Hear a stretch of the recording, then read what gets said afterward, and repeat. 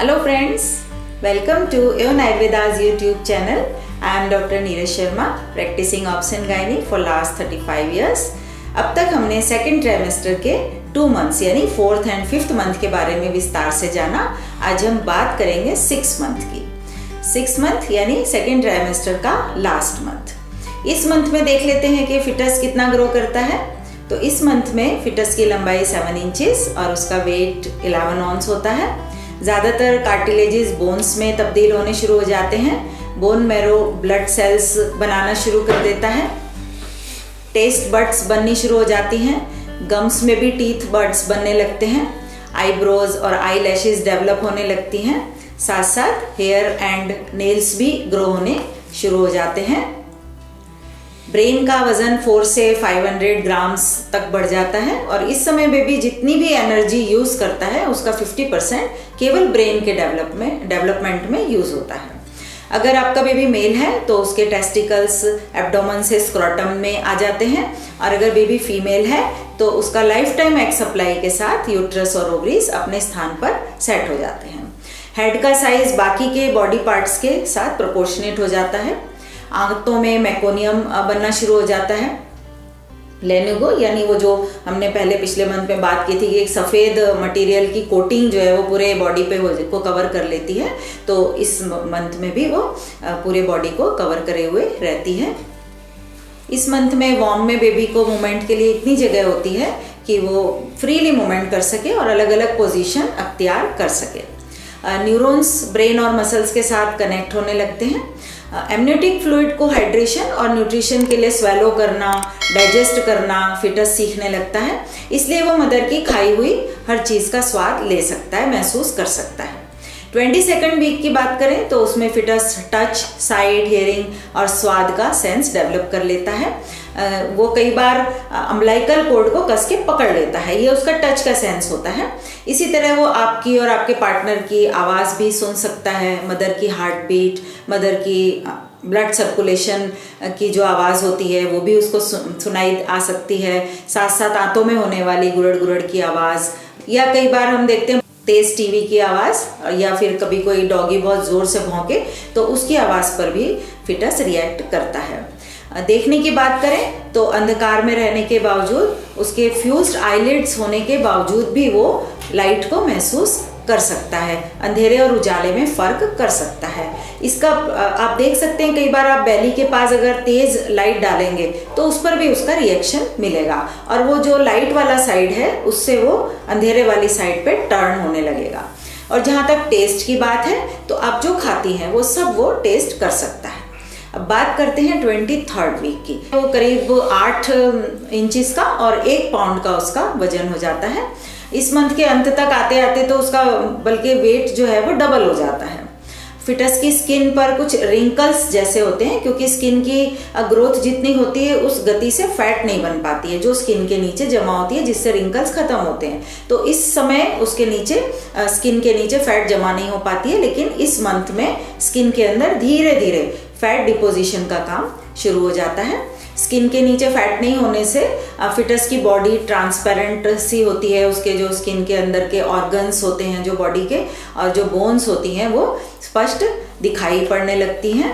लेकिन जैसे जैसे फैट जमा होनी शुरू होती है, अंदर के भाग फिर कम दिखाई देते हैं। 24th वीक में उसका वेट हो जाता है 1.5 पाउंड और लेंथ हो जाती है 8.5 इंच, करीब 8.5 इंच। चेहरा बिल्कुल ऐसा सही शेप ले लेता है। बेबी वेट और बढ़ती फैट और ऑर्गन्स के या बोन्स और मसल्स के बढ़ने के कारण उसका जो वज़न है वो 6 ऑन्स पर वीक के हिसाब से बढ़ना शुरू हो जाता है। सिर पे बाल स्पष्ट हो जाते हैं, लेकिन अभी भी उनमें पिगमेंटेशन नहीं होता, इसलिए बाल जो है वो वाइट ही होते हैं। इस मंथ में बेबी के मूवमेंट्स और स्लीपिंग पैटर्न भी लगभग सेट सा हो जाता है।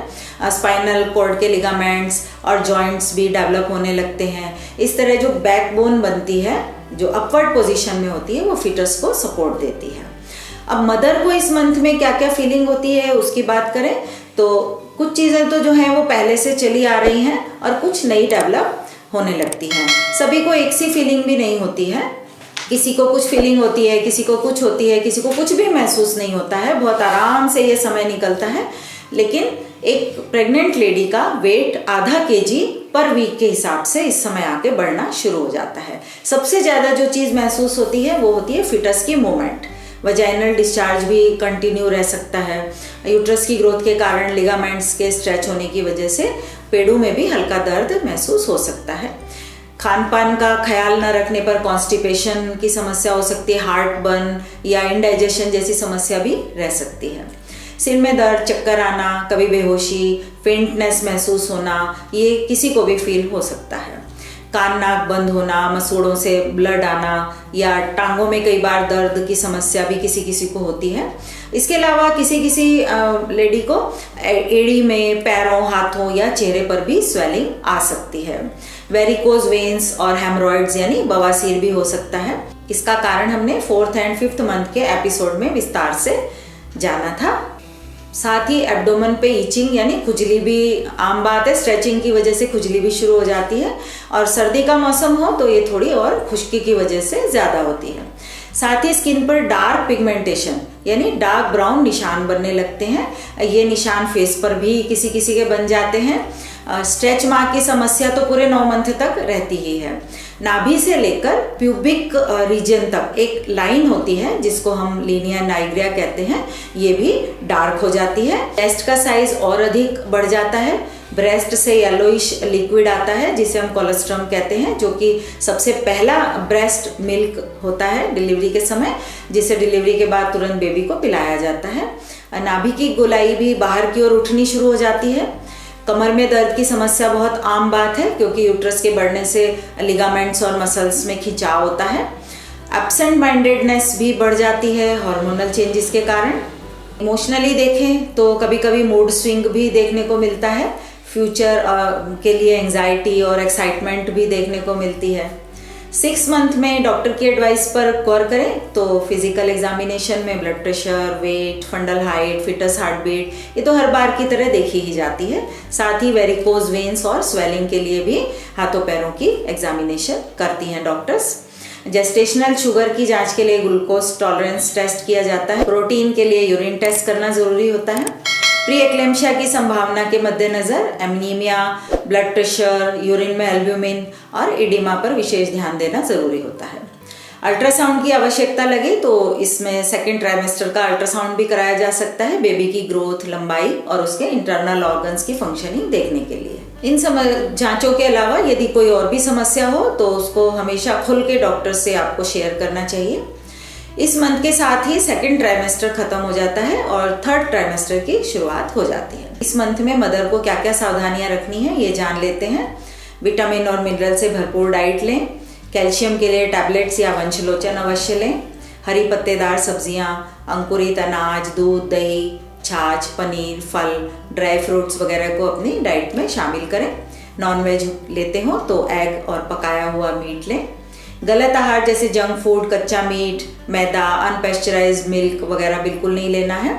अपने स्ट्रेस पर कंट्रोल करें यानी कि रिलैक्स रहें। खूब पानी पिएं। स्मोकिंग और ड्रिंकिंग से बचें। भरपूर नींद लेनी है आपको। ओरल हाइजीन का ध्यान रखें। वॉकिंग और एक्सरसाइज ज़रूर करते रहें ताकि पेल्विक मसल्स स्ट्रॉन्ग बनी रहें। बहुत भारी वजन नहीं उठाना है। ढीले कपड़े पहने व हाई हील फुटवियर ना पहने। अपना पोस्चर आपको एकदम ठीक रखना है। एकदम झटके से मुड़ जाना, झटके से उठना या बैठना, चलना, ऐसा आपको नहीं करना है। आपको लेटने में अगर दिक्कत आती है बेड पे तो आप लेफ्ट साइड अगर करवट लेके सोएंगे तो आपको थोड़ा आसान लगेगा। बैठें तो किसी गद्देदार जगह पर बैठें, ऐसी खुरदरी जगह पर बिल्कुल ना बैठें। अब बिना डॉक्टर की सलाह के कोई भी मेडिसिन आप ना लें। पालतू जानवरों से आपको दूर रहना है और केमिकल्स के एक्सपोजर से भी आपको बचना है। और अपना मूड ठीक करने के लिए और आने वाले बच्चे की तैयारी करने के लिए आप बेबी के लिए शॉपिंग भी कर सकते हैं। तो इस तरह हमने देखा कि इस मंथ में 6 मंथ में कितनी फिटस की ग्रोथ होती है, किस तरह से डॉक्टर आपकी जांच करते हैं, क्या क्या एक प्रेग्नेंट लेडी को फीलिंग होती है और उसको क्या क्या सावधानियां रखनी चाहिए। अगली बार हम 3rd ट्राइमेस्टर पर बात करेंगे। 3rd ट्राइमेस्टर यानी 7th, 8th and 9th month. तो हम 7th मंथ पर बात करेंगे कि उसमें फिटस की ग्रोथ कितनी होती है, क्या क्या सावधानियां रखनी चाहिए, डॉक्टर्स आपकी जांच में क्या करते हैं, कुछ और विशेष हम उस मंथ में जो होता है उस पर हम बात करेंगे। आपसे गुजारिश है, हमारा चैनल अगर अब तक आपने सब्सक्राइब ना किया हो तो सब्सक्राइब कर लें, शेयर करें, लाइक करें। अगले मंथ के एपिसोड का इंतज़ार करें। तब तक के लिए नमस्कार।